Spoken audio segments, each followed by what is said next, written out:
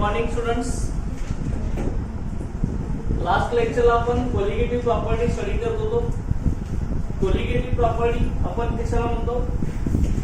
Colligative property it is the property of solution that depends on number of solid particles present in the solution and not on the nature of solid particles present in the solution.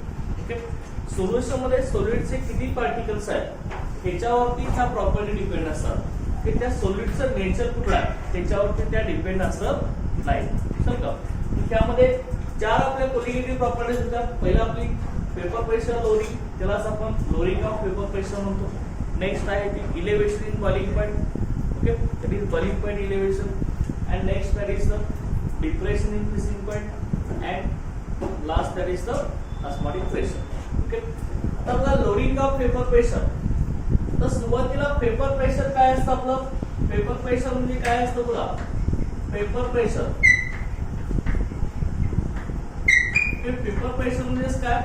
The pressure exerted by papers on the surface of liquid, okay, at equilibrium with liquid at given temperature.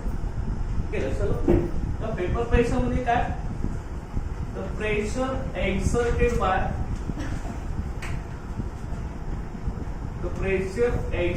by papers. Okay, the pressure exerted by papers on the surface of liquid. Okay, on the surface of liquid at equilibrium.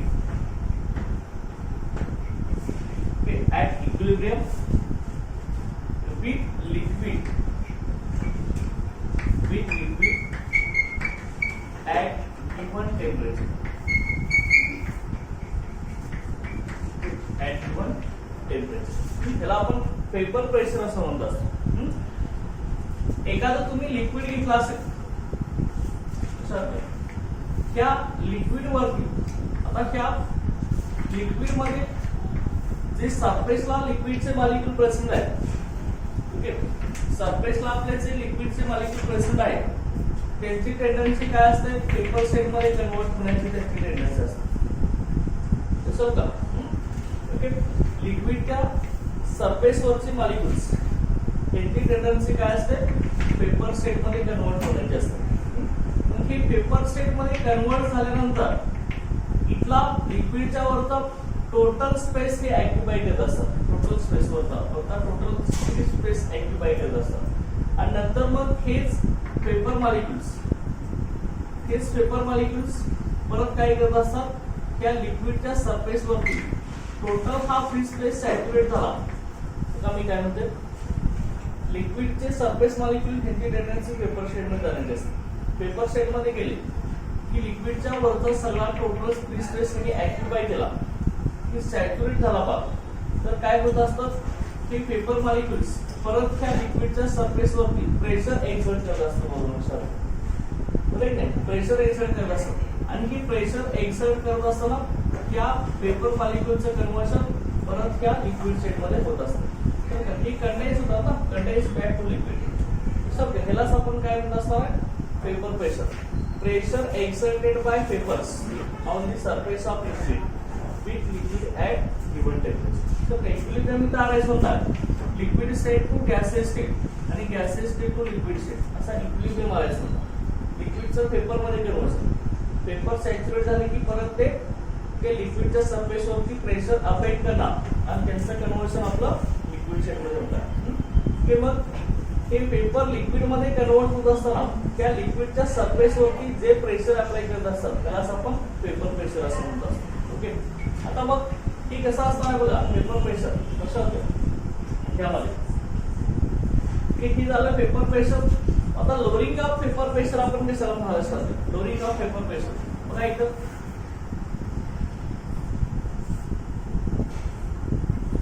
असा तुम्ही एका closed container मध्ये, okay, असं एका container मध्ये तुम्ही काय घेतलं? ओके, प्युअर सॉल्व्हंट तुम्ही घेतलेला. प्युअर सॉल्व्हंट, प्युअर सॉल्व्हंट आहे.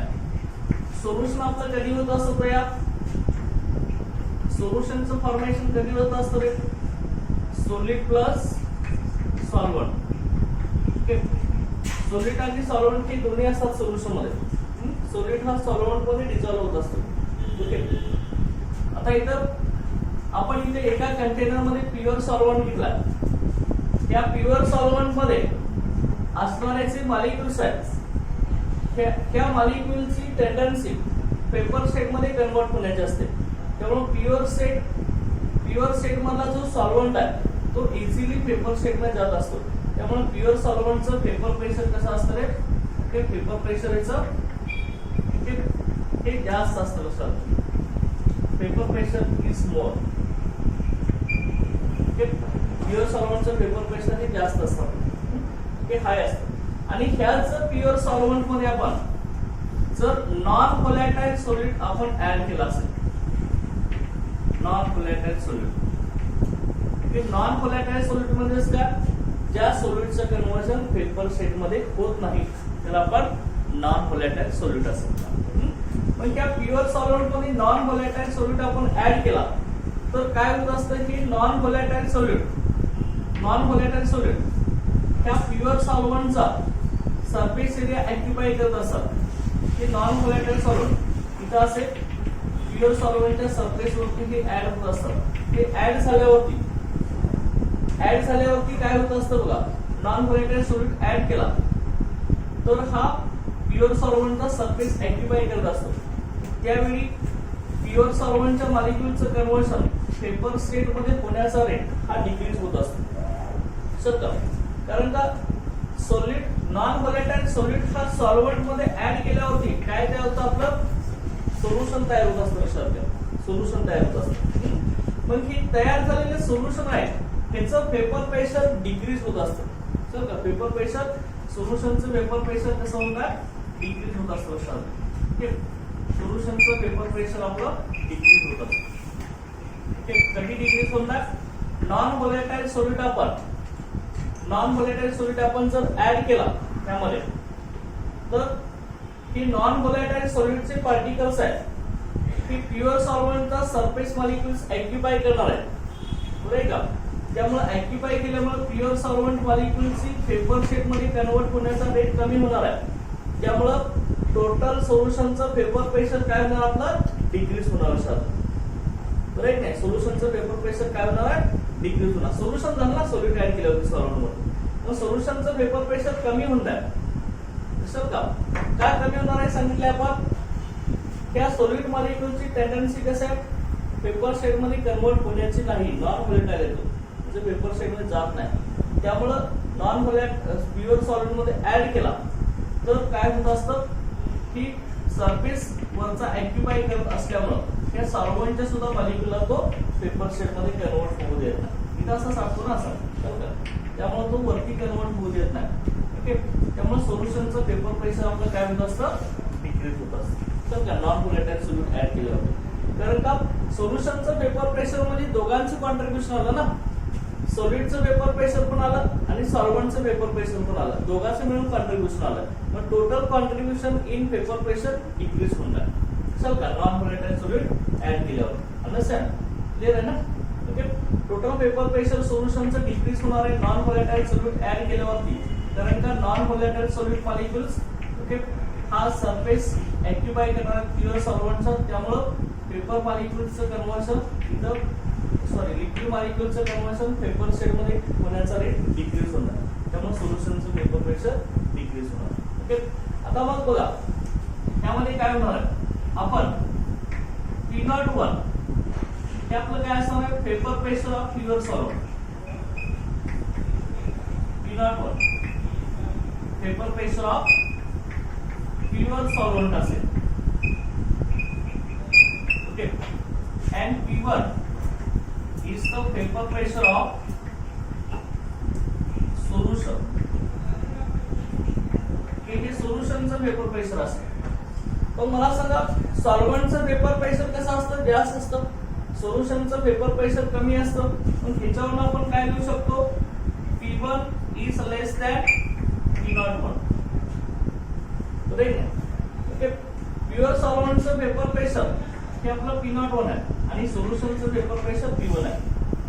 प्युअर सॉल्व्हंटचं वेपर प्रेशर जास्त असतं, ते पेपर मॉलिक्युल्स ते जास्त असतात. ओके, इथं बघा सोल्युशनचं कमी, त्यामुळे P1 is less than P01. तर का सोल्युशनचं वेपर प्रेशर प्युअर सॉल्व्हंटपेक्षा कमी असतं.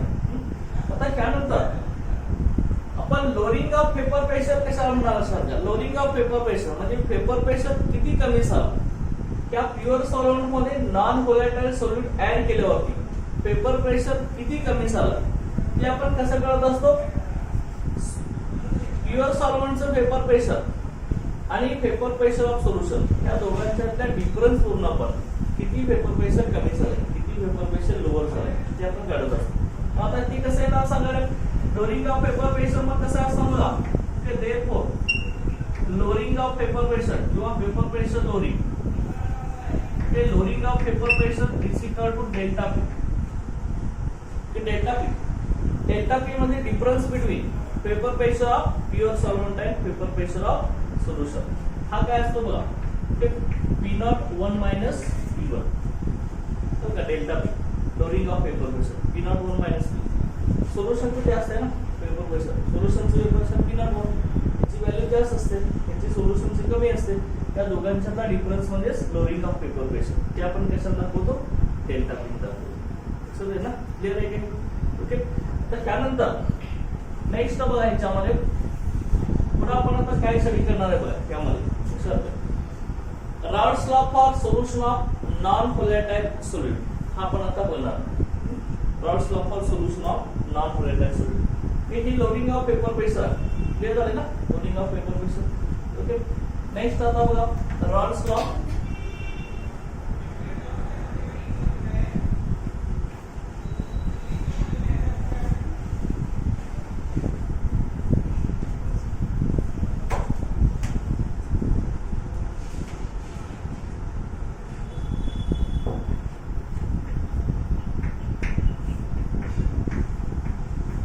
Raoult's law for solution of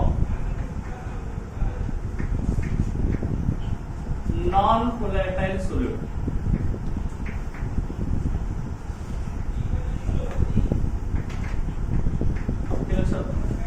Raoult's law for solution of non-volatile solute. Okay, for solution of non-volatile solute. आता ऑलरेडी तुम्हाला रॉल्ट्स लॉ माहिती आहे.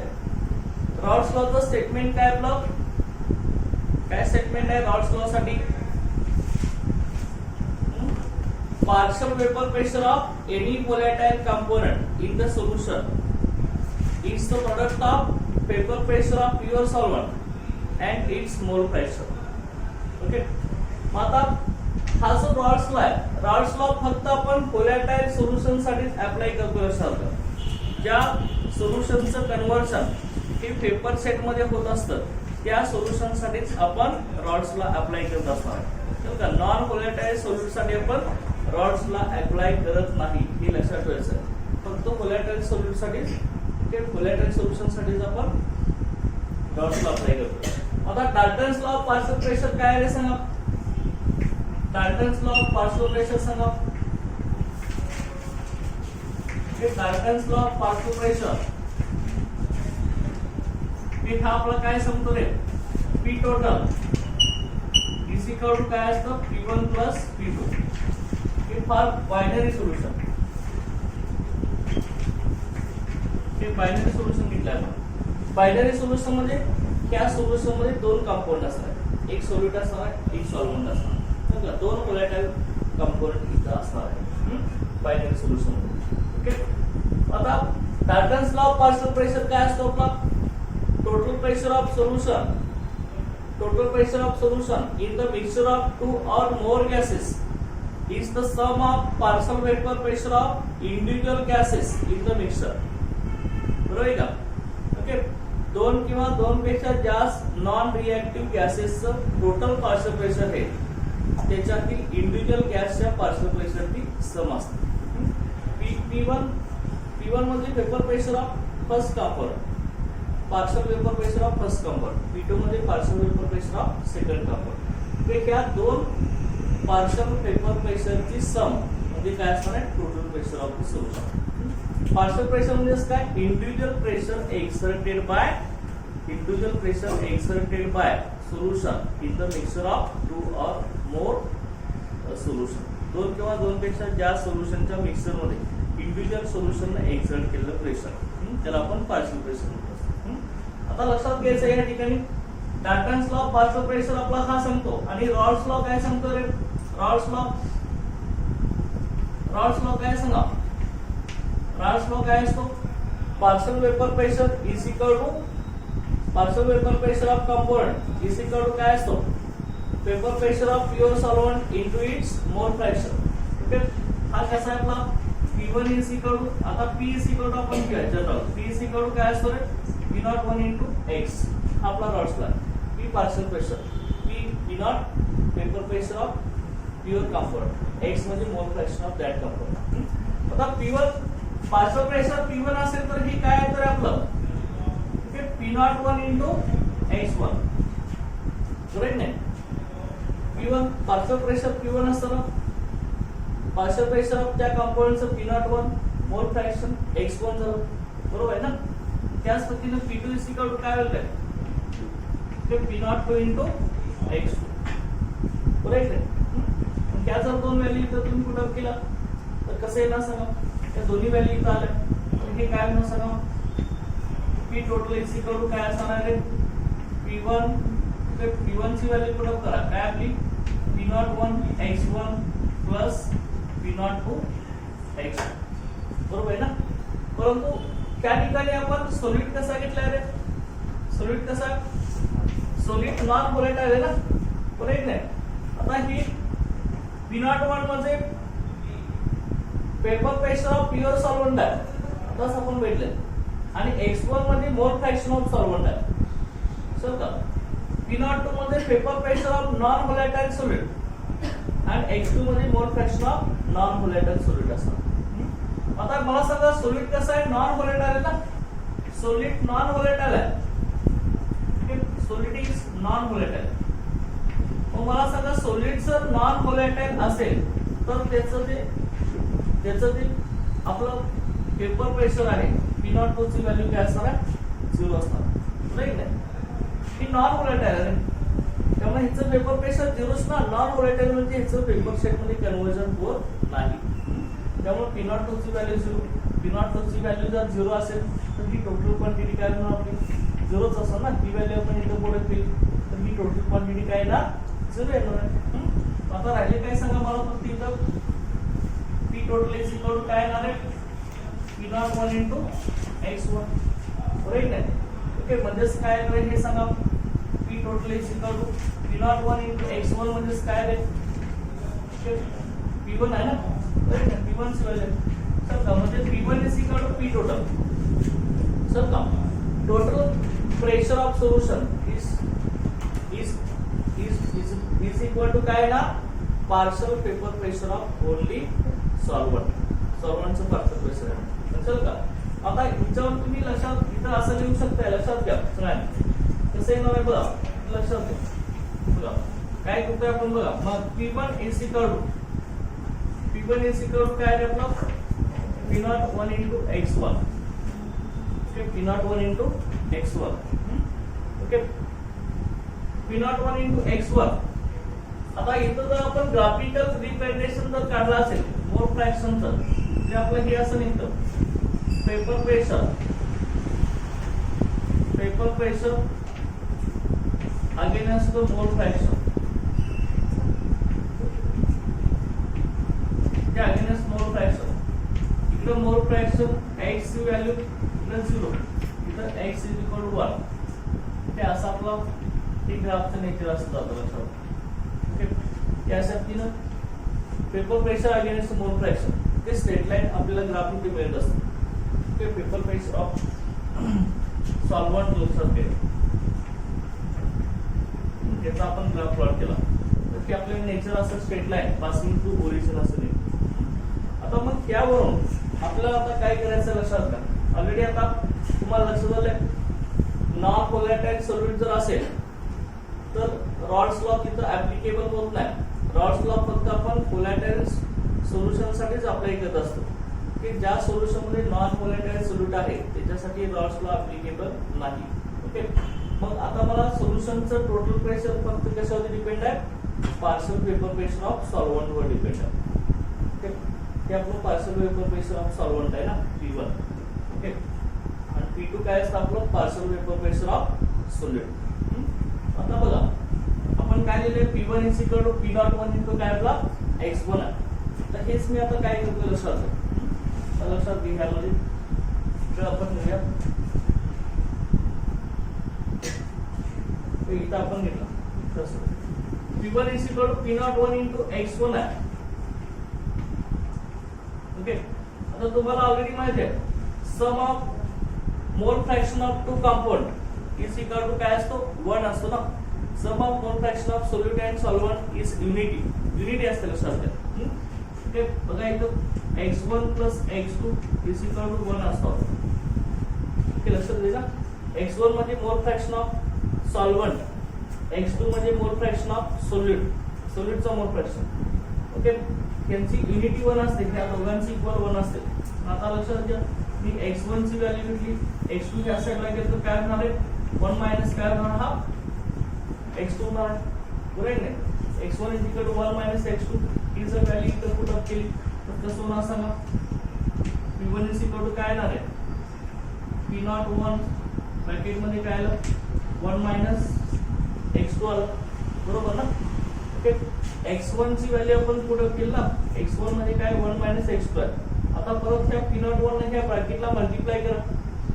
लक्षात आहे का, ब्रॅकेटला मल्टिप्लाय करून घ्या P01 ला काय होणार सांगा P01 okay minus P01 into काय ना x2 ना. बरोबर आहे. ओके, लक्षात घ्या. आता मग इथं लक्षात घ्या काय होणार बघा, हा जर मायनस P01 इनटू x2 ह्या साइडला जर घेतला असेल तर हे काय होणार प्लस होणार ना. बरोबर आहे ना. ओके, P01 इनटू x2 इकडे घेतला आपण तर हे प्लस होणार आहे. बरोबर ना. आणि हा P1 जर ह्या साइडला गेला तर हे कसं होणार आहे P01 मायनस काय होणार P1 होणार. बरोबर आहे.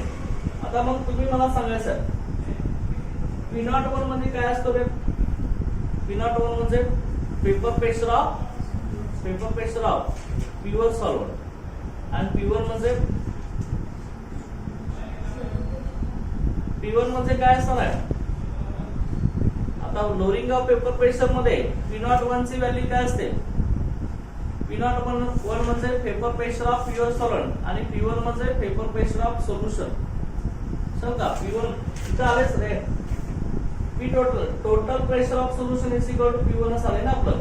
तर का P1 म्हणजे काय असणार इथं पेपर प्रेशर ऑफ सोल्युशन. कोणासाठी नॉन व्होलॅटाईल सोल्यूट जर असेल तर जेवढं सोल्युशनचं पेपर प्रेशर असतं तेवढं सॉल्व्हंटचं पेपर प्रेशर असतं. समजा हे लक्षात ठेवा. P total is equal to P1 आहे. जे P01 म्हणजे काय आपलं vapour pressure of pure solvent आणि P1 म्हणजे पेपर प्रेशर ऑफ सोल्युशन झालं.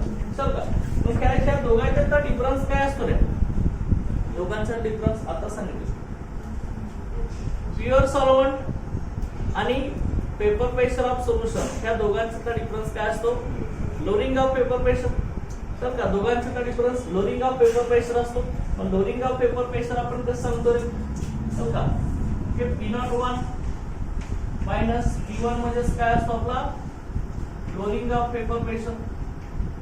तर लोअरिंग ऑफ पेपर प्रेशर हे आपण कसं दाखवतो डेल्टा P दाखवत असतो. तर कॅलोरिंग ऑफ पेपर प्रेशर म्हणजे ही जर व्हॅल्यू इथं पुट अप केली तर आपल्याला इक्वेशन कसे मिळेल ते delta P is equal to P01 into काय येणार आहे x2. क्लियर, लक्षात येईल ना. ते लक्षात कसं आहे ना की आपलं आलं. आता इथं तुम्ही मला सांगायचं आहे या इक्वेशन मध्ये डेल्टा P म्हणजे लोअरिंग ऑफ पेपर प्रेशर, त्याची व्हॅल्यू कशावर डिपेंड आहे x2 वरती मोल फ्रॅक्शन ऑफ सोल्यूटच्या मोल फ्रॅक्शन वर डिपेंड आहे. समजा आता मोल फ्रॅक्शन म्हणजे काय असतो, मोल फ्रॅक्शन काय असतो आपला x2 आपण इथे घेऊया. H2 मध्ये काय असतो N2 divide by N1 plus N2 असतो. N2 मध्ये number of moles of solid. Okay, mole fraction काय असतो ratio of number of moles divide by total number of moles in the solution. Okay, आपल्याला mole fraction of solid आहे ते N2 divide by N1 plus N2 moles divide by total number of moles. सॉलिडचे moles divide by total number of moles. Total number of moles कोणाचे ना solid plus solvent. सॉल्व्हंटचे N1 moles आले, सॉलिडचे N2 आले. आता इथे लक्षात घ्या मोल फ्रॅक्शन मध्ये काय असतो आपला नंबर ऑफ सॉलिड पार्टिकल्स. बरोबर आहे. मोल फ्रॅक्शन मध्ये काय असतो नंबर ऑफ सॉलिड पार्टिकल्स. आता मला तुम्ही इथे सांगायचं कोलिगेटिव्ह प्रॉपर्टीची डेफिनेशन आपण काय सांगितले. कोलिगेटिव्ह प्रॉपर्टी काय डेफिनेशन आहे आपली. It is the property of solution that depends on number of solid particles present in the solution. Solution मध्ये किती सॉलिड पार्टिकल्स आहेत त्याच्यावरती डिपेंड असते, not on the nature of solid particles. Solid पार्टिकलचं nature कुठलं आहे त्याच्यावर डिपेंड नाही. चल का. ओके, चल का. सोल्युशन मध्ये सॉलिडचे किती पार्टिकल्स आहेत त्याच्यावरती ती कोलिगेटिव्ह प्रॉपर्टी डिपेंड असते. आता कोलिगेटिव्ह प्रॉपर्टी आपण कुठली स्टडी करलोय पहिलीच आहे ना, काय नाव आहे त्याचं लोअरिंग ऑफ पेपर प्रेशर. मग lowering of paper pressure directly proportional to काय, डायरेक्टली प्रोपोर्शनल टू काय मोल फ्रॅक्शन ऑफ सॉलिड आहे. मोल फ्रॅक्शन ऑफ सॉलिड म्हणजेच number of solid particles. Right नाही म्हणजे नंबर ऑफ सॉलिड पार्टिकल जे lowering of paper pressure ही colligative property आहे की नाही त्याच्यावर आपण काय सांगू शकतो lowering of paper pressure is a colligative property. It depends on number of solid particles. तर का सॉलिड पार्टिकलच्या नंबर वरती डिपेंड आहे, हे लक्षात ठेवायचं आहे, इम्पॉर्टंट आहे. तर का colligative property is depends on mole fraction of solid, therefore it is a colligative property. तर काही colligative property आहे. क्लिअर झालं की लक्षात आलं काय सर. आता त्याच्यानंतर पुढे आपण आता बोलणार आहे relative lowering of paper pressure. Okay, relative lowering of paper pressure हे कसं असणार बघा.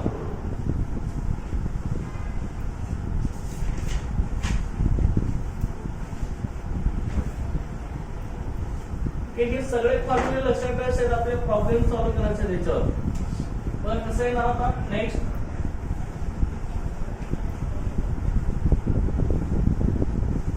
Relative lowering of paper pressure. Next point याच्यामध्ये relative lowering of paper pressure.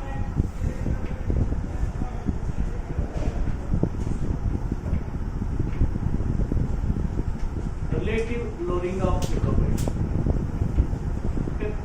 आता relative lowering of paper pressure हा काय असतो बघा. Relative lowering of paper pressure it is the ratio of, हा रेशो असतो. It is the ratio of lowering of paper pressure. It is the ratio of lowering of paper pressure and paper pressure of pure solvent. Okay. Relative lowering of paper pressure काय असणार आहे ratio आहे कुणाचा lowering of paper प्रेशरचा आणि vapour pressure of pure solvents. आता relative lowering of paper pressure हे आपण आता कसं लिहित असतो बघा. कसं relative lowering of paper pressure, relative lowering of paper pressure. Okay, me short मध्ये लिहिले अरे relative lowering of paper pressure काय असणार बघा रेशो आहे. लोअरिंग ऑफ पेपर प्रेशर कसं सांगतो आपण डेल्टा पी, बरोबर आहे ना. डेल्टा पी म्हणजे relative lowering of paper pressure divide by paper pressure of pure solvent. हा काय आला P01. तर का P01 paper pressure of pure solvent आहे. आता डेल्टा पी ची व्हॅल्यू तुम्हाला ऑलरेडी माहिती आहे. काय सांगा डेल्टा पी, डेल्टा पी काय आहे डिफरन्स आहे कुणाचा आपला vapour pressure of pure solvent आहे vapour pressure of solution. Pure solvent vapour pressure कसं दाखवतो P01 आणि सोल्युशनचं vapour pressure P1 divided by काय P01. चल का डेल्टा पी ची व्हॅल्यू आपण इथं पुट केली ना. चल का डिवाइड बाय काय P1. आता मला सांगा डेल्टा पी ची व्हॅल्यू आणखी काय लागेल बस करले आपण delta P is equal to काय पी नॉट 1 into x2 आला एक नाही okay lowering of paper pressure directly proportional to mole fraction of solute delta P is equal to okay पण डेल्टा पी ची व्हॅल्यू आपली आणखी काय पी नॉट 1 into x2 लक्षात ठेवा डिवाइड बाय पी नॉट 1 झालं म्हणजे सी पी नॉट ला पी नॉट 1 कॅन्सल झालं तर हे काय होतं x काय असं relative lowering of paper pressure is equal to काय मोल फ्रॅक्शन ऑफ सोल्यूट आणि लोअरिंग ऑफ पेपर प्रेशर हे सुद्धा काय होतं directly proportional to mole fraction of solute होता की नाही directly proportional to mole fraction of solute लक्षात घ्यायचं आहे मग मला सांगा relative lowering of paper pressure हे सुद्धा सोल्यूटच्या मोल फ्रॅक्शन वरती डिपेंड आहे कसं का हे सुद्धा सोल्यूटच्या मोल फ्रॅक्शन वरती डिपेंड आहे त्यामुळं relative lowering of paper pressure ही सुद्धा आपली कोलिगेटिव्ह प्रॉपर्टी आहे हो का मोल फ्रॅक्शन म्हणजे काय असतो नंबर ऑफ सोल्यूट पार्टिकल्स असतो लक्षात म्हणजे जी प्रॉपर्टी सोल्यूटच्या नंबर ऑफ पार्टिकल वर डिपेंड असते त्याला आपण काय म्हणत असतो कोलिगेटिव्ह प्रॉपर्टी असतो का त्यामुळे RLPP ही सुद्धा आपली काय कोलिगेटिव्ह प्रॉपर्टी लक्षात ठेवायचं लोअरिंग ऑफ पेपर प्रेशर सुद्धा कोलिगेटिव्ह प्रॉपर्टी आहे relative lowering of paper pressure सुद्धा कोलिगेटिव्ह प्रॉपर्टी ठीक आहे लक्षात ठेवायचं मग कसं केलं आपण रेशो आहे delta P divide by P not 1 delta P मध्ये काय असतो आपला पी नॉट 1 मायनस पी 1 चल का ओके लक्षात घ्या बघा हा रेशो आहे relative lowering of paper pressure to the vapour pressure of pure solvent okay delta P divide by P not 1 delta P ची व्हॅल्यू काय डिफरन्स आहे पुन्हा म्हणला vapour pressure of pure solvent ते आपण पी नॉट 1 ला दाखवतो minus vapour pressure of solution ते पी 1 ला दाखवतो पी डिवाइड बाय पी इथं P not 1 less of P not 1 लक्षात ते इकडे बघा पण डेल्टा पी आपलं काय इक्वेशन काढलं होतं आपण ते delta P relative lowering of paper pressure is equal to P not 1 into x2 होतं ना काढलं की नाही परीक्षा बघा P not 1 into x2 delta P ची व्हॅल्यू परत किती येईल डिवाइड बाय पी नॉट 1 असणार असेल ना रिलेटिव्ह लोअरिंग ऑफ पेपर ह्या पी नॉट 1 ला पी नॉट 1 कॅन्सल होतं काय राहिलं फक्त x2 बरोबर आहे ना ओके मग relative lowering of paper pressure आपलं काय असतं ओके डिपेंड्स ऑन मोल फ्रॅक्शन ऑफ सोल्यूट म्हणजे काय number of solute particles okay त्यामुळे ही काय आपली कोलिगेटिव्ह प्रॉपर्टी कसं होतं हे लक्षात ठेवायचं ते त्यानंतर नेक्स्ट याच्यामध्ये बघा पुढे आपण आता स्टडी करणार आहे that is the molar mass of solute and lowering of paper pressure ह्याच्यातलं रिलेशन काय आहे हे आपल्याला बघायचं ओके बघा आता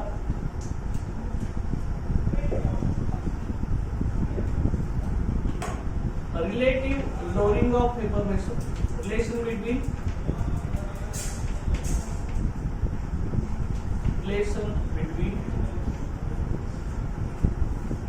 molar mass of solid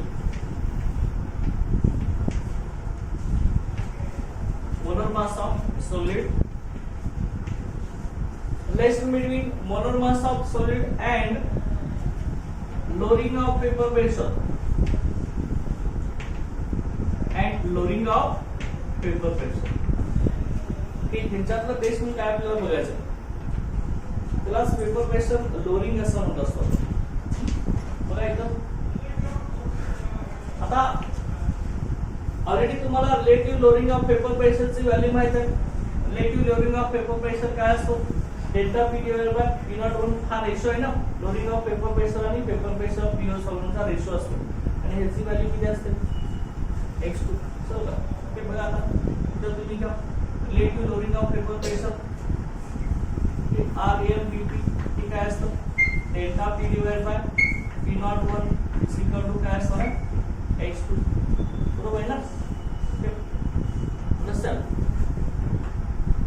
ही एवढं घेतलंय ना आपण पहिली व्हॅल्यू जे relative lowering of paper pressure delta P divide P not हा सुद्धा फॉर्म्युला तुम्ही यूज करू शकताय हा सुद्धा यूज करू शकताय हा सुद्धा यूज करू शकताय किंवा RLPP चा फॉर्म्युला हा सुद्धा यूज करू शकता हे लक्षात ठेवायचं delta P divide by P not is equal to x2 आहे हो का आता x2 मध्ये काय आहे x2 मध्ये काय असेल मोल फ्रॅक्शन ऑफ सोल्यूट जे सोल्यूटचा मोल फ्रॅक्शन मग मला सांगा सोल्यूटचा मोल फ्रॅक्शन आहे सोल्यूटचा मोल फ्रॅक्शन x2 आपण कसा करत असतो number of moles of solute divide by total number of moles of solute plus solvent हो का x2 is equal to काय ना n2 divided by n1 plus n2 understand okay x2 number of moles of solute N2 number of moles of solid.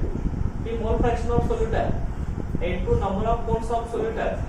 N1 number of moles of solvent आणि N2 काय असणार आहे? number of moles of solute असणार. आता ही value इथं टाका. समजा काय आहे इथं जर व्हॅल्यू घेतली तर आपलं इक्वेशन कसं येईल सांगा. कसं होणार ते x काय ना डेल्टा p इथे घ्या ना. हे बघा delta p divide bye p not वर x2 ची व्हॅल्यू टाका. n2 डिवाइड बाय काय n1 प्लस n2 बरोबर. आता मग फॉर व्हेरी डायल्यूट सोल्युशन तर डायल्यूट सोल्युशन कशाला म्हणतो आपण? ज्या सोल्युशन मध्ये सॉल्व्हंट जास्त असतो, सोल्यूट कमी असतो. ठीक आहे. डायल्यूट सोल्युशन मध्ये सॉल्व्हंट जास्त असतो, सोल्यूट कमी असतो. डायल्यूट सोल्युशन साठी N2 is very very less than N1. Dilute solution साठी ओके. N2 हा N1 च्या कंपॅरिझन मध्ये अतिशय कमी असतो सर. त्यामुळे आपण N1 प्लस N2 हे जे आहे ते आपण नियरली इक्वल टू ते काय येणार आहे N1 N1 प्लस N2 हे नियरली N2 हा नियरली इक्वल टू 1 असतो लक्षात घ्या. त्यामुळे N1 प्लस N2 हा नियरली इक्वल टू आपण काय घेणार आहे N1च घेणार सर. चला हा निग्लेक्ट होणार ना, ते निग्लेक्ट होणार. ह्याची व्हॅल्यू N1 च्या कंपॅरिझन मध्ये N2 च्या अतिशय कमी आहे. त्यामुळे N1 plus N2 nearly equal to आपण N1च घेणार. आता हे कसं आहे ना सांगा. डेल्टा p डिवाइड बाय काय ना सांगा p01 understand is equal to काय झालं ओके. N2 डिवाइड बाय काय आलं फक्त N1 असाल ना बरोबर नाही. N2 divide by N1 okay. Direct solution म्हटलंय सोल्युशन मध्ये दोन असणार आहे. सोल्युशन मध्ये N1 प्लस N2 असणार आहे. बघा ओके. सोल्युशन मध्ये दोघांचे मोल असणार आहे, सॉल्व्हंटचे आणि सोल्यूटचे. त्यामुळे सोल्यूट हा सोल्युशन मध्ये डायरेक्ट सोल्युशन मध्ये अतिशय कमी असतो. त्यामुळे आपण त्याची value nearly equal to N1. तर N2 बाय N1. आता तुम्ही मला सांगायचं N2 मध्ये काय असतो? N2 मध्ये काय number of moles of solute. आता सोल्यूटचा नंबर ऑफ मोल्स आपल्याला काढायचा आहे. मोल्स काढण्याचा फॉर्म्युला काय? मोल्स कसे काढतो आपण? Number of moles N is equal to काय असतो आपला mass of solid divide by okay number of moles is equal to mass of substance divide by molar mass of substance. Mass आपण कशाने दाखवत असतो लक्षात घ्या W. तर आणि मोलर मास आपण कॅपिटल M ने दाखवत असतो. तर ठीक आहे आपलं मास डिवाइड बाय हे काय असणार आहे मास किंवा वेट आपण म्हणूया मास ऑफ वेट. ते आणखी काय असतं आपलं मोलर मास असतं. आता इथं मला सांगायचं आपण N2 घेतलंय, number of moles of solute आहे. तर त्याचं वेट किती असणार आहे आपलं W. त्याचं नंबर ऑफ मोल्स आपण सोल्यूटचे N2 दाखवतो. त्यामुळे याचं वेट सुद्धा काय दाखवणार W2 दाखवणार आणि मोलर मास सुद्धा काय दाखवणार आपण M2 असं दाखवणार. N2 is equal to W2 divide by M2 आणि N1 इज इक्वल टू काय येणार आहे मग and N1 is equal to हे काय होणार ठीक आहे W1 divide bye M1 right आहे. त्याचं मास याचं weight divide by molecular mass or mass divide by molecular mass. ह्या दोन्ही व्हॅल्यू आपण इथं प्रोडक्ट करायचं आहे. ओके ह्या दोन्ही व्हॅल्यू इथं प्रोडक्ट करायचं आहे. कसं होणार बघ कसं होईल बघा. आता जर आपण व्हॅल्यू प्रोडक्ट केली N2 आणि N1 चे तर डेल्टा p डिवाइड बाय काय होणार आहे p01 is equal to N2 ची व्हॅल्यू काय आपली N2 काय W2 डिवाइड बाय M2. सब काय केलं W2 डिवाइड बाय M2 हे डिवाइड बाय हे काय ना N1 ची व्हॅल्यू काय W1 डिवाइड बाय M1 हे W1 divide bye M1. Understand. आता हेच कसं होईल बघा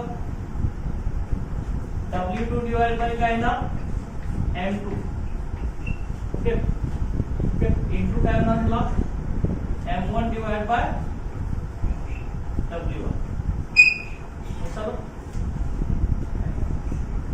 w2 डिवाइड बाय m2 ना जे आपलं इथं काय आलं डिवाइडेड आहे ते इथं मल्टिप्लाय होईल ना बरोबर नाही हा m1 आता डिनॉमिनेटर आहे तो न्यूमरेटरला जाणार असतात m1 डिवाइड बाय w1 समजा okay w1 bye m1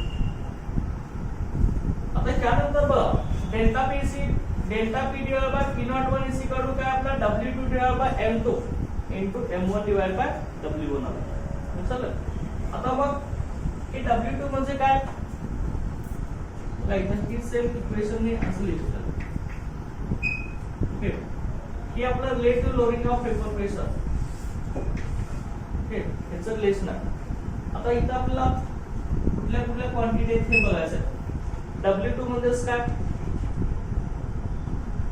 W2 म्हणजेच काय वेट ऑफ सॉलिड किंवा मास ऑफ सॉलिड M2 म्हणजे molar mass of solid M1 म्हणजे काय असणार आहे मोलर मास ऑफ सॉल्व्हंट आणि W1 म्हणजे वेट ऑफ सॉल्व्हंट किंवा मास ऑफ सॉल्व्हंट ओके आणि delta P lowering of vapour pressure आणि P01 म्हणजे काय vapour pressure of pure solvent या दोघांचा रेशो आपण काय म्हणतो relative lowering of vapour pressure आता आपल्या मोलर मासची व्हॅल्यू काढायचं आहे मोलर मासची व्हॅल्यू काढायचं तर कसं येणार बघा M2 मी ह्या साइडला घेणार आहे सॉलिडचं मोलर मास काढायचं असेल तर M2 इज इक्वल टू काय येणार सांगा M2 ह्या साइडला घेतला ना तर काय होणार सांगा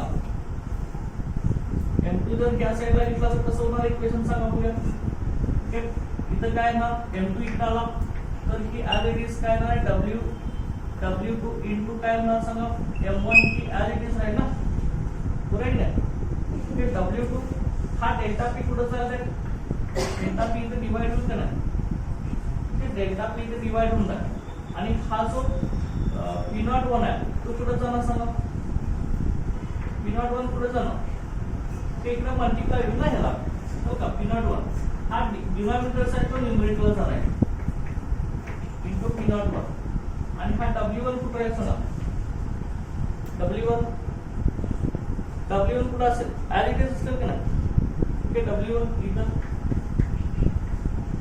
हे बरोबर आले की नाही सांगा बरोबर आहे ना M2 इज इक्वल टू हा M2 ह्या साइडला घेतला तर डेल्टा पी ला डिवाइड झाला असतात हा P01 डिनॉमिनेटर साइडला न्यूमरेटर मध्ये गेला हा W1 ऍज इट इज आहे हा काय पण सेट केलेला ओके हे आले मग हे आपलं काय आलं सांगा relation between relative lowering of vapour pressure and molar mass of solid मग इथं तुम्ही डेल्टा पी ची व्हॅल्यू सुद्धा टाकू शकता तर हे कसं होणार बघा डेल्टा पी ची व्हॅल्यू जर कन्वर्ट केली तर M2 इज इक्वल टू काय आहे सांगा W2 into M1 into P01 divided by delta P काय असतो आपला P01 minus P1 okay into काय आपला W1 ओके ठीक आहे the relation between okay molar mass of solid and lowering of vapour pressure तर काही फायनल रिलेशन असतात ठीक आहे तुम्हाला 2 मार्क्स साठी विचारलं ते एक्झामला बोर्ड एक्झामसाठी okay relation between molar mass of solid and relative lowering of vapour pressure किंवा लोअरिंग ऑफ वेपर प्रेशर चल का हे लक्षात ठेवायचं relative lowering of vapour pressure okay relative lowering of vapour pressure okay लक्षात ठेवायचं इथं relative lowering of vapour pressure okay understand relation असं आहे ना molar mass of solid and relative lowering of vapour pressure याच्यामध्ये काय डाऊट आहे का आता हे क्लिअर आहे ना ओके आता त्यानंतर बघा याच्यामध्ये प्रॉब्लेम्स आपण इथे घेऊया त्यानंतर एक्झरसाइजचे प्रॉब्लेम सुद्धा आपण घेणार आहे ते सॉल्व्ह केले इथे घेऊया त्यानंतर एक्झरसाइजचे बघूया टॉपिक बघा इथं पहिला आपण प्रॉब्लेम इथे घेऊया लोअरिंग ऑफ वेपर प्रेशरचा त्यानंतर आपण नेक्स्ट कोलिगेटिव्ह प्रॉपर्टी स्टार्ट करणार आहे बॉइलिंग पॉइंट इलेव्हेशन बघा आता फर्स्ट प्रॉब्लेम याच्यामध्ये बघू शकता बघा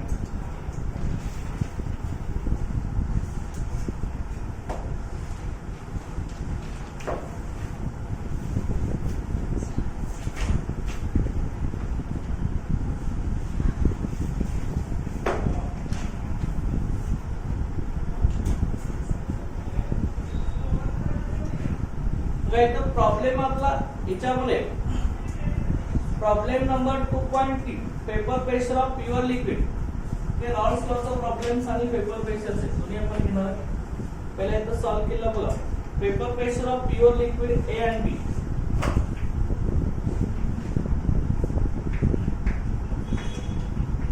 vapour pressure of pure liquid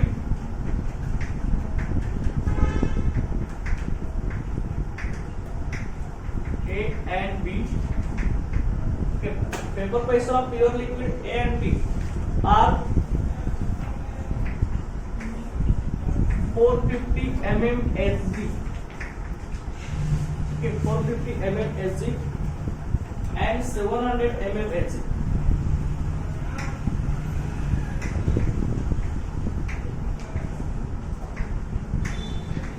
Right? And 700 mm Hg respectively at 350 Kelvin.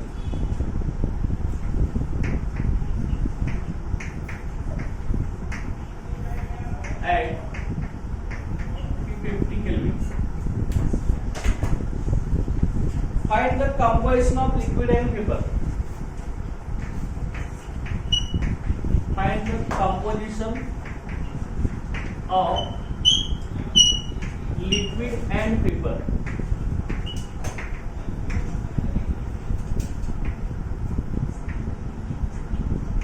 Find the composition of liquid and vapor if total vapor pressure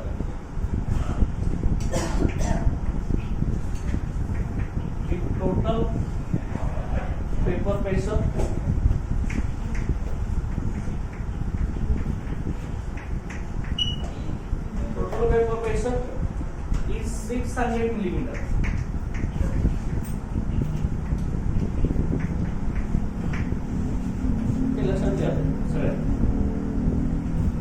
आपल्याला विचारलंय काय बघा, कंपोजिशन विचारलंय. Composition of A and B in the solution. Find the composition of liquid and vapour विचारलंय. सोल्युशनचं total vapour pressure 600 mm Hg असताना ते आपल्याला विचारलेलं आहे. आता सुरुवातीला कंपोजिशन आपण कधी करत असतो, काल आपण रॉल्स लॉचं बघितलेलं आहे. रॉल्स लॉचा आपण ग्राफ जो बघितलेला आहे, variation of paper pressure and मोल फ्रॅक्शन, आपण हा ग्राफ जो बघितलेला आहे त्यामध्ये आपलं इक्वेशन कुठले कुठले फॉर्म आले होते, सांगा. तर P total is equal to काय काय होतं सांगा. त्यामध्ये P total is equal to काय काय होतं, P total is equal to काय होतं, P02 minus P1 into X2 plus P01 होते की नाही. हे हाय फॉर्म्युला झाले की आपला. ओके, आपल्या इथं शेवटी काय म्हटलं, if total vapour pressure is 600 mm असेल, सोल्युशनचं टोटल पेपर प्रेशर तुम्हाला दिलंय ते किती असतं, P01 minus P1 into X2 plus P01. हा फॉर्म्युला चाललाय. त्यानंतर composition of substance in liquid and vapour phase. ही काय त्यासाठी फॉर्म्युला कुठला देतो आपण, कुठला होता फॉर्म्युला सांगा. P1 is equal to काय होता, P1 is equal to काय होता रे, P01 into Y1 होता की नाही. आणि P2 is equal to काय होता, P02 into Y2. हे आपण दिलेलं आहे. लक्षात का. आता मग टोटल प्रेशर आपल्या सोल्युशनचं ऑलरेडी दिलं आहे. तर आता आपल्याला सुरुवातीला काय करायचं आहे, टोटल प्रेशर ऑफ सोल्युशन त्याच्यावरून आपल्या व्हॅल्यू कुणाची करायचं बघा. Vapour pressure of pure liquid A and B ह्या दोघांची व्हॅल्यू आपल्याला दिली आहे. ओके, तर बघा काय काय व्हॅल्यू दिले हे आपण बघू शकता. प्युअर लिक्विड ए अँड बी त्यामध्ये बघा, लक्षात प्युअर लिक्विड दिला. आता लिक्विड ए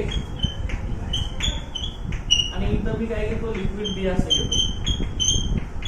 चल का, दोन्ही सुद्धा लिक्विड प्युअर आहे. या लिक्विडचा आपण पेपर प्रेशर आपण काय म्हटलं, P01. त्याची व्हॅल्यू दिली आहे का आपल्याला. या लिक्विडचं पेपर प्रेशर P01 ह्याची व्हॅल्यू किती दिली आहे, vapour pressure of pure liquid 450 mm Hg दिले आपल्याला. तर काय 450 mm Hg ही व्हॅल्यू आपल्याला दिली आहे. आणि vapour pressure of pure liquid Beed ह्याची व्हॅल्यू किती दिली आहे 700 mmHg रिस्पेक्टिव्हली म्हटले तर चल का हे P02 ह्याची व्हॅल्यू किती दिली आपल्याला 700 mmHg. ओके हे पेपर प्रेशर आहे हाईट ऑफ मर्क्युरी कॉलम आहे. 1 एटमॉस्फिअर ची व्हॅल्यू किती असते आपली 760 mmHg असते. हाईट ऑफ एटमॉस्फिअर प्रेशर फेस किती असते 1.01325 into 10⁵ न्यूटन पर मीटर स्क्वेअर किंवा त्याला आपण पास्कल असं चल का ही व्हॅल्यू असते. चल का जेवढे 760 mmHg किंवा 76 सेंटीमीटर एच 1 मिलीमीटर मध्ये सॉरी 1 सेंटीमीटर मध्ये 10 मिलीमीटर असतात. ओके बघा इथं लक्षात घ्या प्युअर लिक्विड एल आपण ह्याचं पेपर प्रेशर P01 450 दिलं आहे.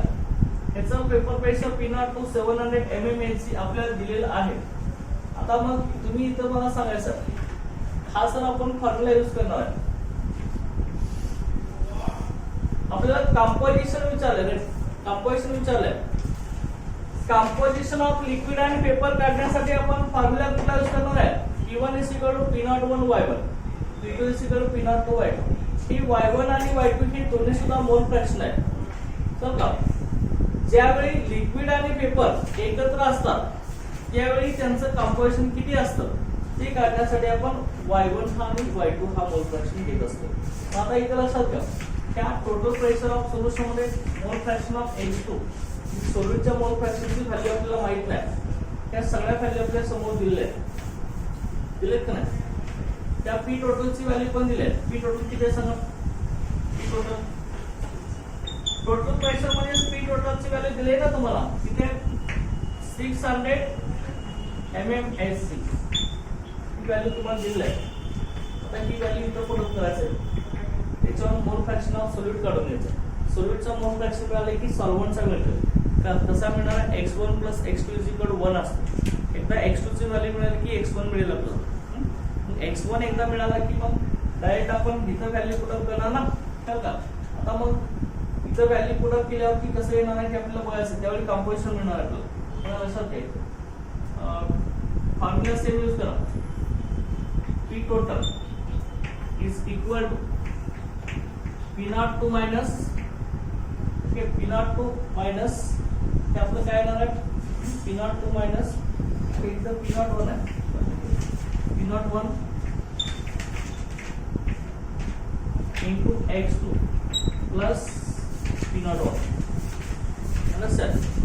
आता इथं व्हॅल्यू बघा रेफरन्स P02 ची व्हॅल्यू किती आपली 700 मायनस P01 ची व्हॅल्यू किती आहे 450 ब्रॅकेटच्या बाहेर x2 into P01 परत इथं 450 आलं. ओके आता 700 minus 450 हे आपले किती आलं सांगा. तर 700 minus 450 किती आलं आपलं हे किती आलं आहे 250 आलं ना. 700 minus 450 250 ब्रॅकेटच्या बाहेर कोण आहे x2 आहे ना प्लस इकडे काय 450 आहे आणि P टोटल ची व्हॅल्यू तुम्हाला दिलेलीच आहे ना.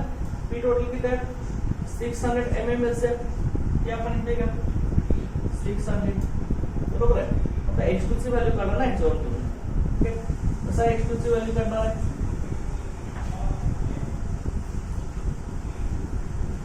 बघा. ओके आता इथं लक्षात घ्या 250 x2 इज इक्वल टू काय येणार आहे हा 250 x2 हा 450 इकडे गेला त्याला काय होणार आहे त्याला काय होईल सांगा मायनस होईल का नाही. ते 450 इकडे मायनस होणार 250 x2 इज इक्वल टू काय होणार 600 minus 450 काय अंडरस्टँड.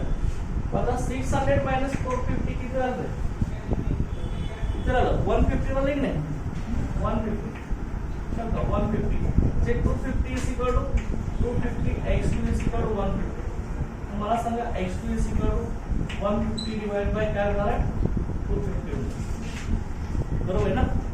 ह्याचं सिम्प्लिफिकेशन आपल्याला करायचं आहे की किती आपल्याला आपलं हे हा 0 कॅन्सल होईल आपल्याला किती राहील सांगा 0 पॉइंट ओके किती होणार सांगा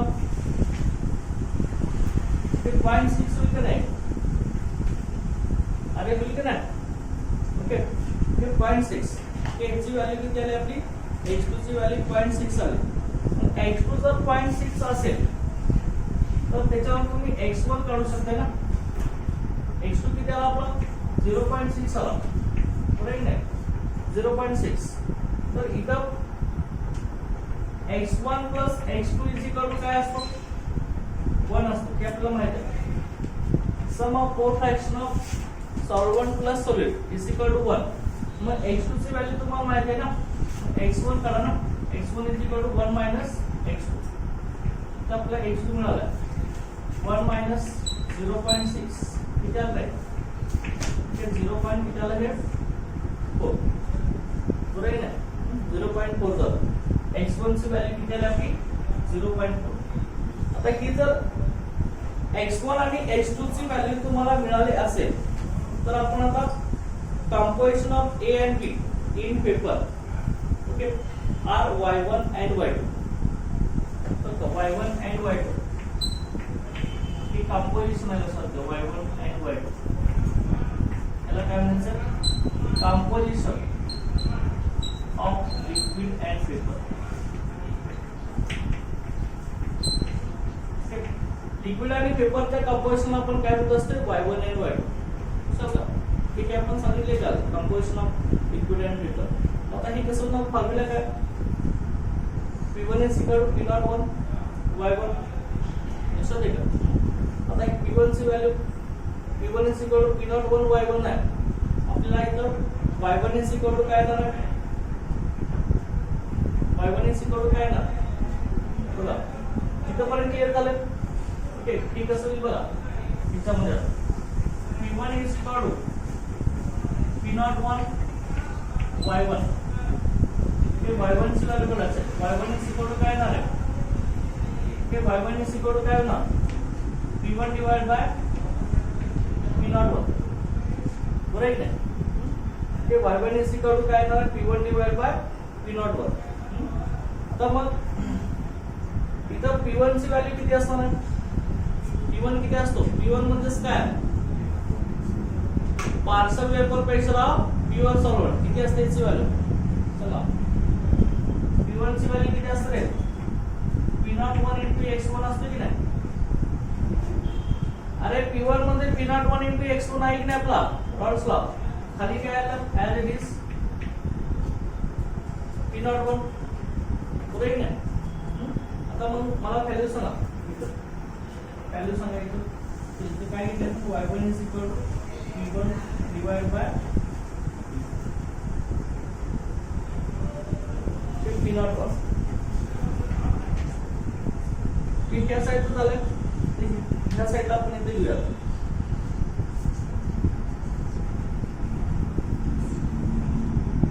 हे बघा y1 is equal to किती आला आपलं P01 ची व्हॅल्यू किती आहे इथे आपली P01 इथे दिले आपण इथे 450 आहे ना P01 ची व्हॅल्यू 450 समजा 450 mmHg त्यानंतर x1 मोर फ्रॅक्शन किती आहे इनटू x1 ची व्हॅल्यू किती आली आपली 0.4 आहे इथे घ्या ना हे 0.4 डिवाइडेड बाय टोटल प्रेशर तर का टोटल प्रेशर P01 म्हणजे आपलं हे काय असणार टोटल प्रेशर लक्षात घ्या P1 y1 is equal to P1 divided by P01 okay आता P01 म्हणजे vapour pressure of pure solvent आता टोटल प्रेशर P टोटल जो असणार आहे P total is equal to आपलं काय असतं P01 च असतं ना ओके P01 कुणासाठी नॉन व्होलॅटाइल सॉल्यूट साठी आता आपण वेळला P total is equal to P01 this इची व्हॅल्यू किती आहे P total is equal to P01 ची व्हॅल्यू P टोटल किती आहे मग P टोटल याची व्हॅल्यू किती आहे P टोटल ची व्हॅल्यू किती आहे 600 ना डिवाइड बाय 600 किती आली व्हॅल्यू हे सिम्प्लिफाय करायचं किती आली व्हॅल्यू सांगा आम्हाला P1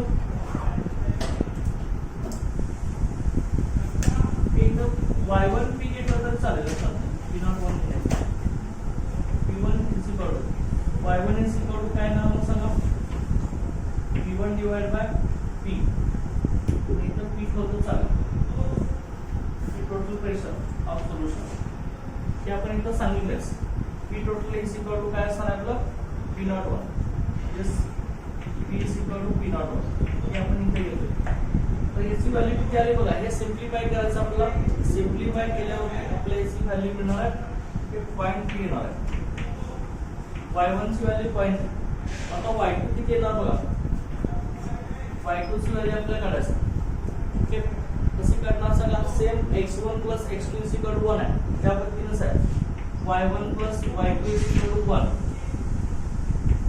ओके y2 काय येणार आहे 1 y1 1 y1 ची व्हॅल्यू किती आली पॉइंट आली किती आलं 0.7 आलं सो काय म्हणजे आपलं composition of liquid and vapour हे किती आलं आपलं सांगा 0.3 आणि 0.7 ओके सॉलिड सॉल्व्हेंटचे किती आलं 0.3 आणि सॉलिडचे किती आलं 0.7 आलं तर कशात पण काढायचं की y आणि y1 आणि y2 हे सुद्धा मोल फ्रॅक्शनच आहे लक्षात घ्या की मोल फ्रॅक्शन कधी घ्यायचे ज्यावेळी सोल्युशन पेपर सेट आणि लिक्विड सेट मध्ये एकाच वेळी असेल त्यावेळी घ्यायचं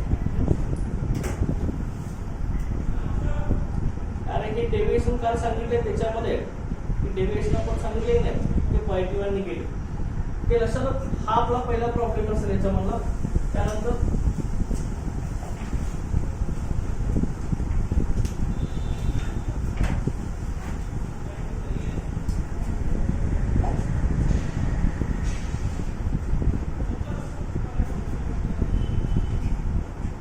नेक्स्ट याच्यामध्ये बघा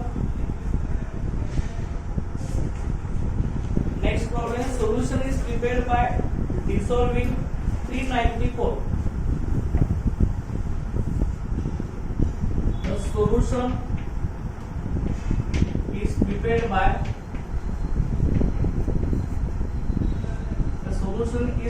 by dissolving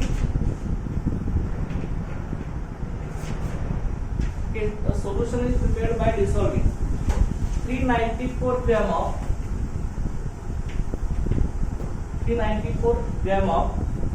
non-volatile solute. Non-volatile solute in 622 gram of water.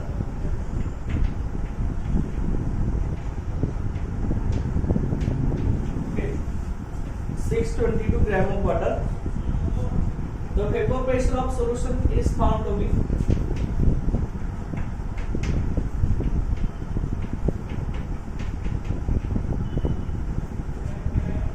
pressure of solution is found to be 30.74 mmHg at 30 degrees Celsius. If the vapor pressure of water at 30 degrees Celsius is 31.8 mmHg. What is the molar mass of solid? What is the molar mass of solid?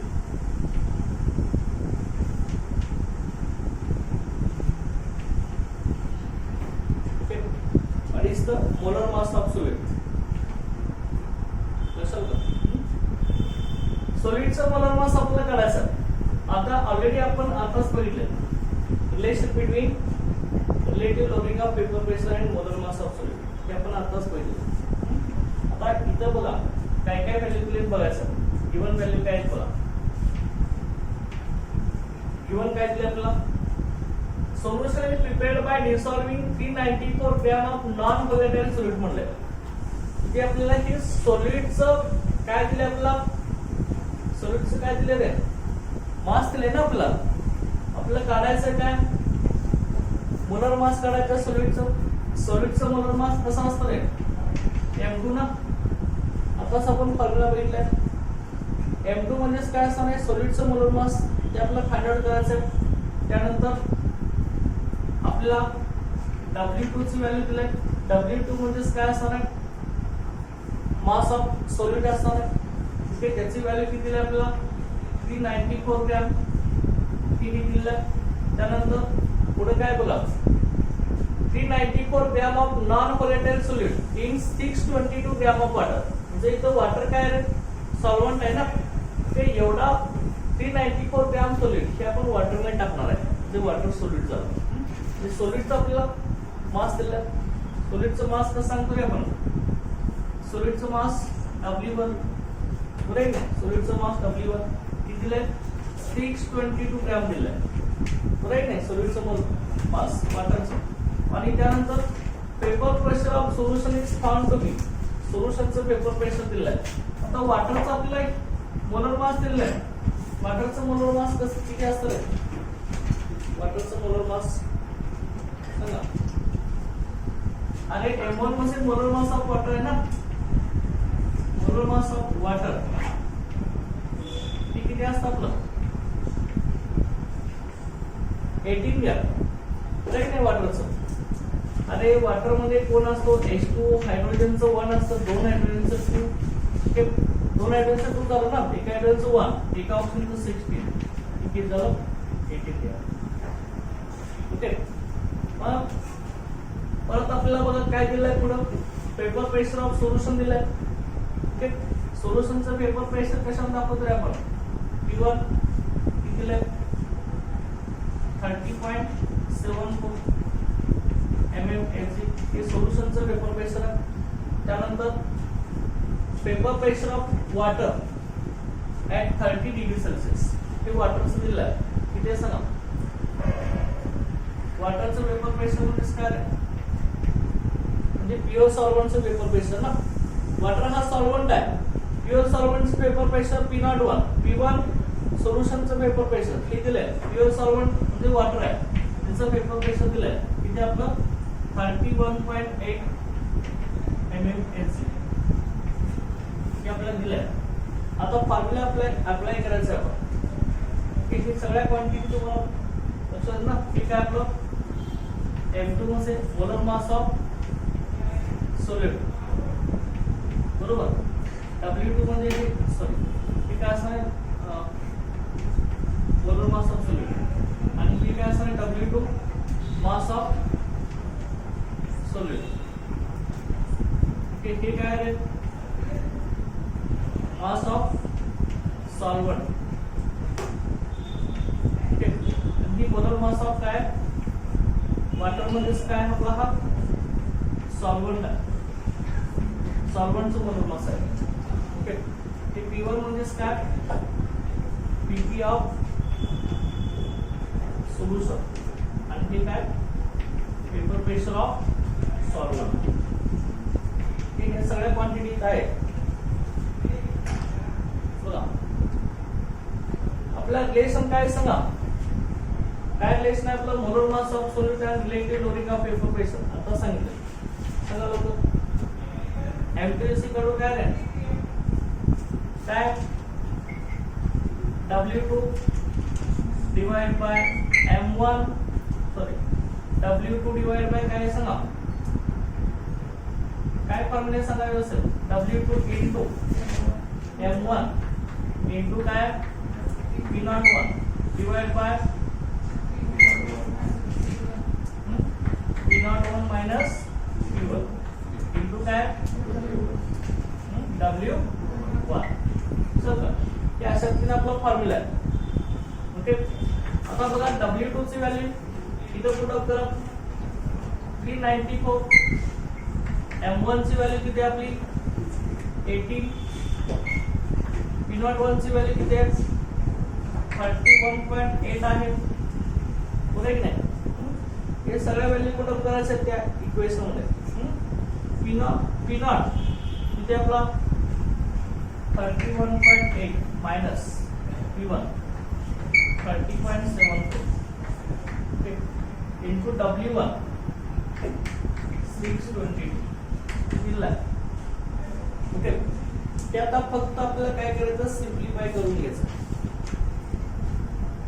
कशाला किती येणार बघा विचार, हे solve करायचं.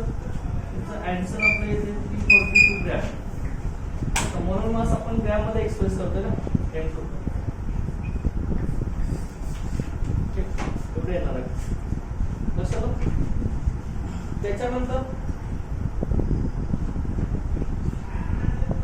Next formula बघा, next problem याच्यामध्ये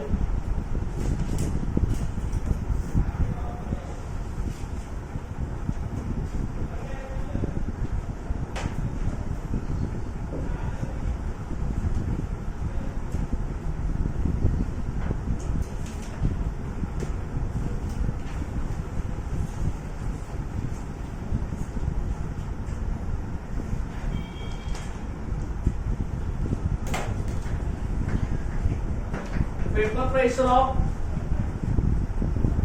pure benzene.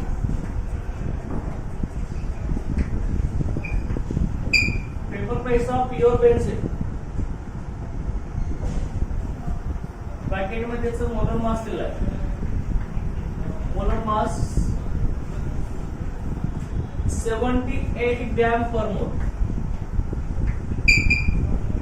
78 gram per मोल. Gram per mole at certain temperature.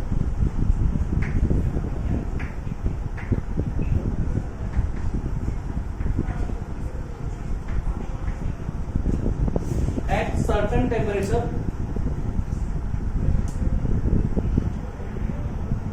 is 640 mmHg.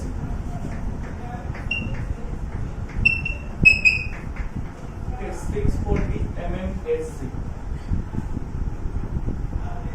A non-volatile solid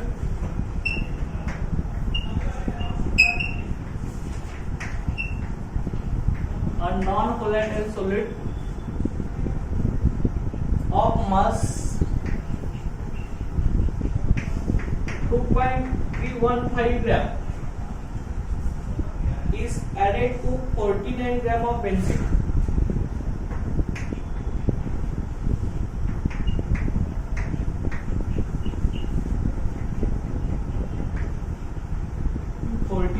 Gram of benzene.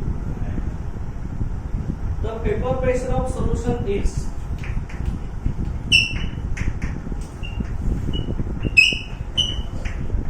600 mmHg. What is the molar mass of solute?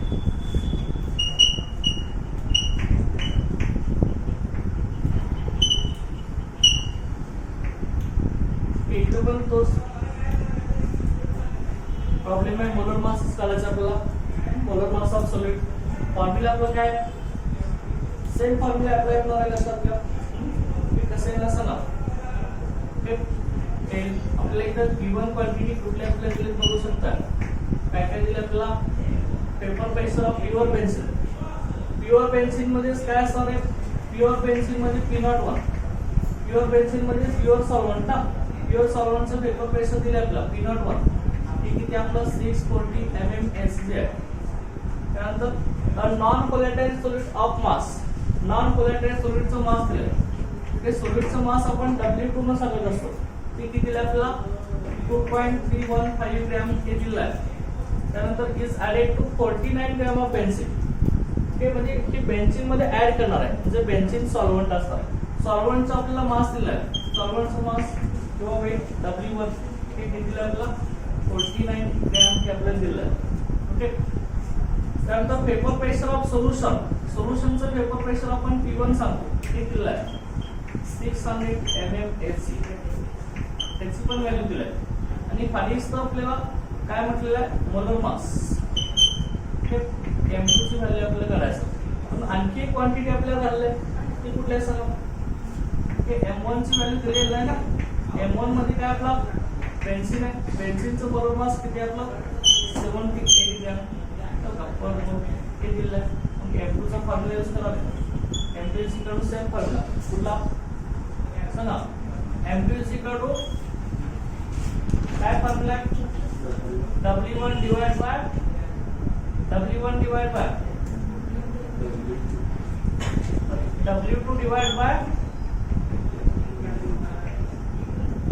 W2 divide by आणि इथे P01 minus P1 आहे की नाही. Okay आणि इकडे काय into परत ओके काय सांगा M1 आहे ना. ओके इनटू काय P01 डिवाइड बाय काय नाही आपलं इथं बरोबर की नाही असंच आहे ना. ओके आता मग व्हॅल्यू पुट अप करा. काय आहे ना सांगा M2 is equal to W2 ची व्हॅल्यू किती आहे आपली W2 किती आहे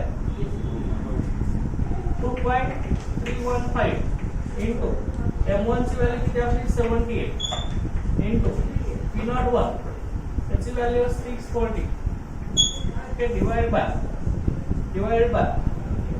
P01 मायनस P1 किती आहे 640 मायनस P1 ची व्हॅल्यू आपली 600 इनटू W1 किती आहे 49.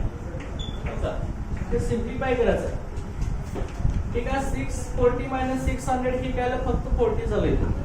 40 ने इकडे मल्टिप्लाय करायचं. सिम्प्लिफाय करा आपल्याला इथं आन्सर याचं जे मिळणार आहे 72.23 ग्रॅम पर मोल. ठीक आहे मोल तर हे आपलं मोनोमर मास ऑफ सॉलिड आहे. लक्षात हे लक्षात घ्यायचं बरं. आता त्यानंतर नेक्स्ट याच्यामध्ये आता ही पुढची कोलिगेटिव्ह प्रॉपर्टी आपली इलेव्हेशन इन बॉइलिंग पॉइंट. हे बॉइलिंग पॉइंट इलेव्हेशन आपण याला म्हणत असतो.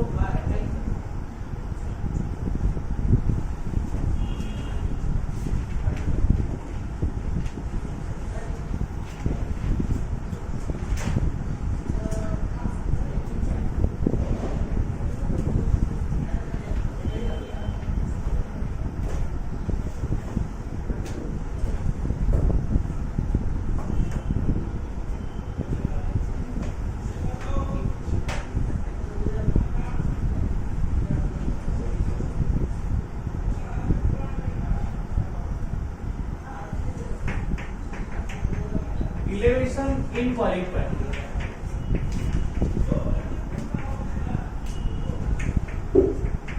Elevation in boiling point. आता elevation in boiling point म्हणजे काय असतं boiling point इनक्रीज का होतो वाढत का असतो सर का. तर सुरुवातीला boiling point म्हणजे काय असतो आपला boiling point हा काय असतो the temperature at which vapor pressure of liquid becomes equal to atmospheric pressure. Okay. ज्या टेम्परेचरला लिक्विडचं वेपर प्रेशर आणि ऍटमॉस्फिअरचं प्रेशर इक्वल असतं तर आपण बॉइलिंग पॉइंट असं म्हणत असतो. मग हा जो बॉइलिंग पॉइंट आहे हा इनक्रीज कधी होतोय हे आपल्याला बघायचं. एखादा प्युअर सॉल्व्हंट आपण जर घेतला असेल प्युअर सॉल्व्हंट त्या प्युअर सॉल्व्हंटचं पेपर स्टेट मध्ये कन्वर्ट होण्याचा रेट जास्त असतो त्यामुळे त्याचा बॉइलिंग पॉइंट आपला कमी असतो लक्षात घ्या. आणि जर एखादा आपण त्याच्यात नॉन व्होलेटाईल सोल्यूट ऍड केला तर त्याचा बॉइलिंग पॉइंट कमी होणार आहे तर का. मग आपण इथं कन्सिडर करतोय असं एक आपण लिक्विड घेतला असेल कंटेनर मध्ये तर का हे लिक्विड कसं आहे प्युअर लिक्विड घेतले आपण प्युअर सॉल्व्हंट मध्ये प्युअर सॉल्व्हंट नाही का. त्या प्युअर सॉल्व्हंट मधील मॉलिक्युल्स आहेत त्यांचा लिक्विड मध्ये कन्वर्ट होण्याचा रेट जास्त आहे की नाही. हे प्युअर सॉल्व्हंटचे मॉलिक्युल्स आहेत त्यांचा पेपर सेट मध्ये कन्वर्ट होण्याचा रेट जास्त असतो. हे सरफेस वरचे मॉलिक्युल्स हे पेपर सेट मध्ये जास्त असतात. त्यामुळे त्यांचा जो बॉइलिंग पॉइंट असतो तो बॉइलिंग पॉइंट हा कसा असतो लेस असतो कमी असतो. बॉइलिंग पॉइंट कमी त्यामुळे पेपर प्रेशर कसं असतं इथं हे पेपर प्रेशर जास्त असतात, बॉइलिंग पॉईंट कमी असतात. तर जेवढा बॉइलिंग पॉईंट कमी तेवढं त्या सोल्युशनचं पेपर प्रेशर जास्त असतं, तेवढा तो सोल्युशन मोर कोलॅटरल असतो सॉल्व्हंट. मग मला सांगा सॉल्व्हंटचा बॉइलिंग पॉईंट आपण कशात सांगूया? सॉल्व्हंटचा बॉइलिंग पॉईंट आपला T नॉट म्हणूया आपण. T not boiling point of pure solvent दिसेल का? आणि T मध्ये बॉइलिंग पॉईंट ऑफ सोल्युशन. लक्षात घ्या, एक प्युअर सॉल्व्हंट तुम्ही घेतलाय, त्याच्यामधील जे मॉलिक्युल्स आहेत त्यांचा पेपर मध्ये कन्वर्ट होण्याचा रेट जास्त असतो, त्यामुळे पेपर प्रेशर जास्त असतं प्युअर सॉल्व्हंटचं. प्युअर सॉल्व्हंटचं पेपर प्रेशर जास्त असेल तर बॉइलिंग पॉईंट कमी असतो. हो का? जर का आपण ह्याच प्युअर सॉल्व्हंट मध्ये एखादा आपण नॉन व्होलॅटाइल सॉल्व्हेंट ऍड केला,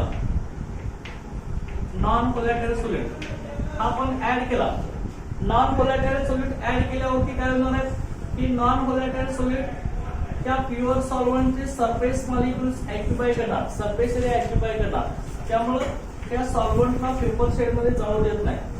समजा त्यामुळे ह्याचं पेपर प्रेशर कमी होत असतं. मग ही पेपर प्रेशर इन्क्रीज करण्यासाठी ते सोल्युशन हाय टेम्परेचरला बाय करावं लागतं, त्यामुळे बॉइलिंग पॉईंट वाढत असतो, त्यामुळे पेपर प्रेशर हे कमी होत असतं. त्यामुळे सोल्युशनचा जो बॉइलिंग पॉईंट आहे तो आपण T असणार आहे. Boiling point of solution is less, त्यामुळे पेपर प्रेशर कसं असणार आहे? जास्त. Vapour pressure sorry boiling point more, त्यामुळे पेपर प्रेशर कसं असणार आहे? लेस. ओके, बघा आपण काय म्हणतोय, प्युअर सॉल्व्हंट आहे त्याचं पेपर प्रेशर जास्त असतं, बॉइलिंग पॉईंट कमी असतं. एखादा नॉन व्होलॅटाइल सॉल्व्हेंट आपण ऍड केला तर सोल्युशन काय होत आहे? त्या सोल्युशनचा बॉइलिंग पॉईंट आपला जास्त असतो, पेपर प्रेशर कमी असतं. काय रिझन आहे? नॉन व्होलॅटाइल सॉल्व्हेंट मॉलिक्युल्सची टेंडन्सी काय असते? पेपर स्टेट मध्ये कन्वर्ट होण्याची नसते. त्यामुळं ही जर आपण प्युअर सॉल्व्हेंट मध्ये ऍड केले तर काय होणार? त्या प्युअर सॉल्व्हेंटच्या मॉलिक्युलला पेपर स्टेट मध्ये जाऊ देत नाही. ओके, जाऊ देत नाही. मग त्या लिक्विडला जर बॉईल करायचं असेल आणि पेपर स्टेट मध्ये कन्वर्ट करायचं असेल तर टेम्परेचर जास्त अप्लाय करावं लागत असतं, त्यामुळे बॉइलिंग पॉईंट वाढतो आणि पेपर प्रेशर कमी होत असतं. समजा त्यामुळं आपण इलेव्हेशन इन बॉइलिंग पॉईंट हेच लिहिणार आहे, तो डेल्टा टीबी असणार आहे. Delta TB is equal to हा काय असणार आहे? T मायनस T नॉट असणार आहे. हे लक्षात ठेवायचं, T मायनस T नॉट. आणि डेल्टा टीबी म्हणजे काय असणार आपला? Elevation in boiling point. हा कितीनं बॉइलिंग पॉईंट वाढतोय तो आपण कसं करणार आहे? Boiling point of solution minus boiling point of pure solvent, हे ज्या प्रमाणे आपण करणार. समजा हे लक्षात असेल. ते उद्या आपण नेक्स्ट लेक्चरला इन डिटेल मध्ये करून घेणार आहे. Okay, thank you.